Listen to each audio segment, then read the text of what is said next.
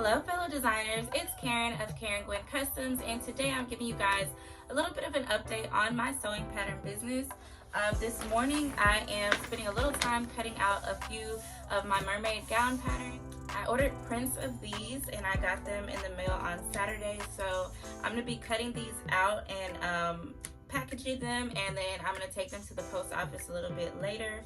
I'm also going to give you guys an update on how my pattern sales are going on Etsy, as well as like how much I've made off my patterns and how much of a cut Etsy has taken, etc. So this is how the pattern comes. The paper is 36 by 72 inches, and as you can see, there's like quite a bit of white space. So what I do as a courtesy to my customers who have bought a full-size pattern, and as well as to make it easier for shipping, is I cut the pieces out, which is a difference from what you don't see with commercial patterns. Commercial patterns have just a large piece of paper and you have to cut them out yourself. So I go ahead and cut each piece out. This one goes up to an extra large, and then I just fold them up individually and stick them into the little packaging. So I'm just about to cut all of these out real quick.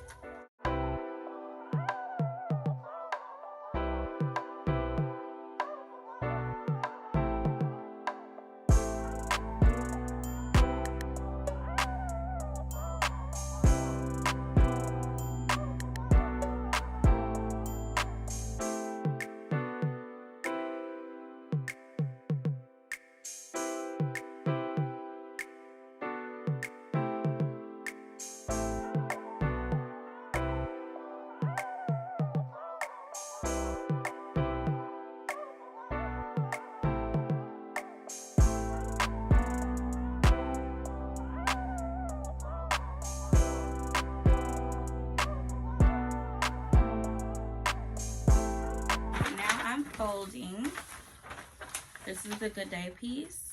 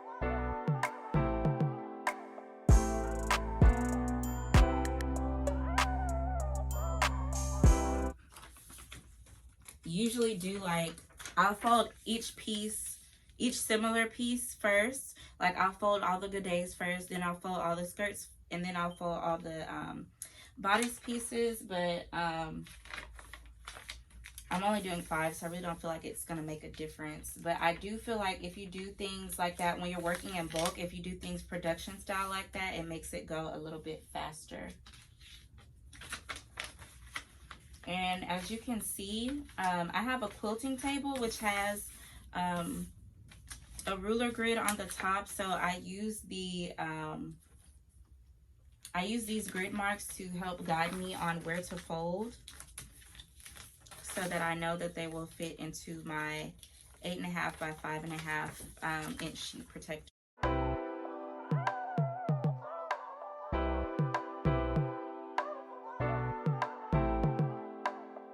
Y'all, I have a serious question. How do people use these ring lights that wear glasses? Because I'm gonna have to turn it off because I look crazy. I hope y'all can see. Anyways, so I got my patterns printed out, so I'm just putting them in order, and About to package them. All right, so this is what I put my patterns in. It's just a little half sheet page protector.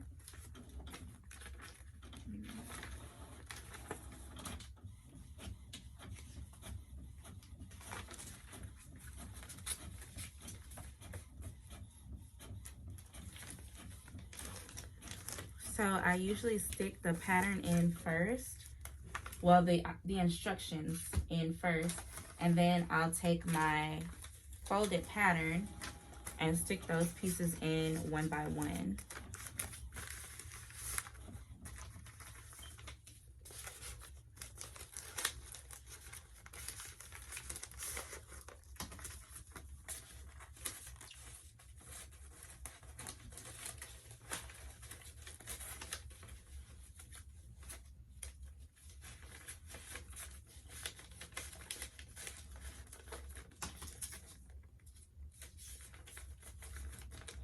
So that's how it ends up looking. That's one packaged pattern.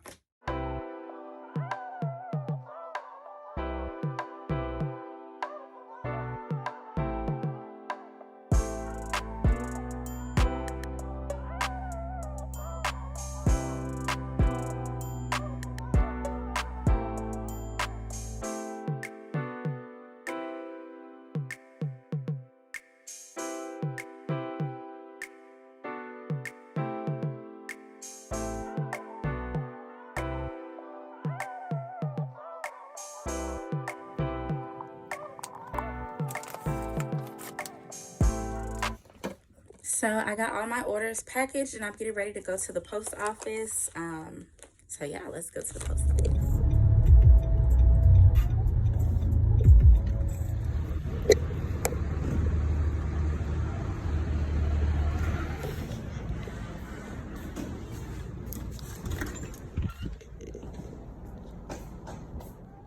So I just wanted to show you guys an update on how my pattern business on Etsy is going. So for example, here is my overview for the last 7 days. I got 1,093 views, 447 visits, 15 orders, and made $320, and that is just in the last 7 days. Let's go back to, I can't do custom.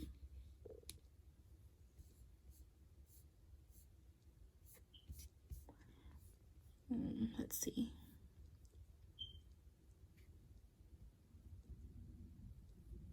Okay, so here's the custom view. So I believe I started selling patterns on Etsy in November. So I'm just going to put it back to November the 1st.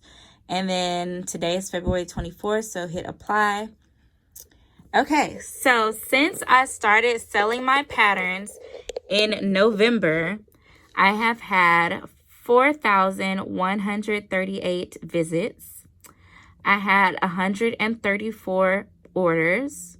So I sold 134 items, whether that was physical copies of planners, physical copies of patterns, PDF copies of patterns, which is the majority. And my revenue between November and now, which is almost 4 months, was $2,809. So I'm not rolling in the dough, but I think that's very, very good just for like productivity tools, like patterns and planners and stuff.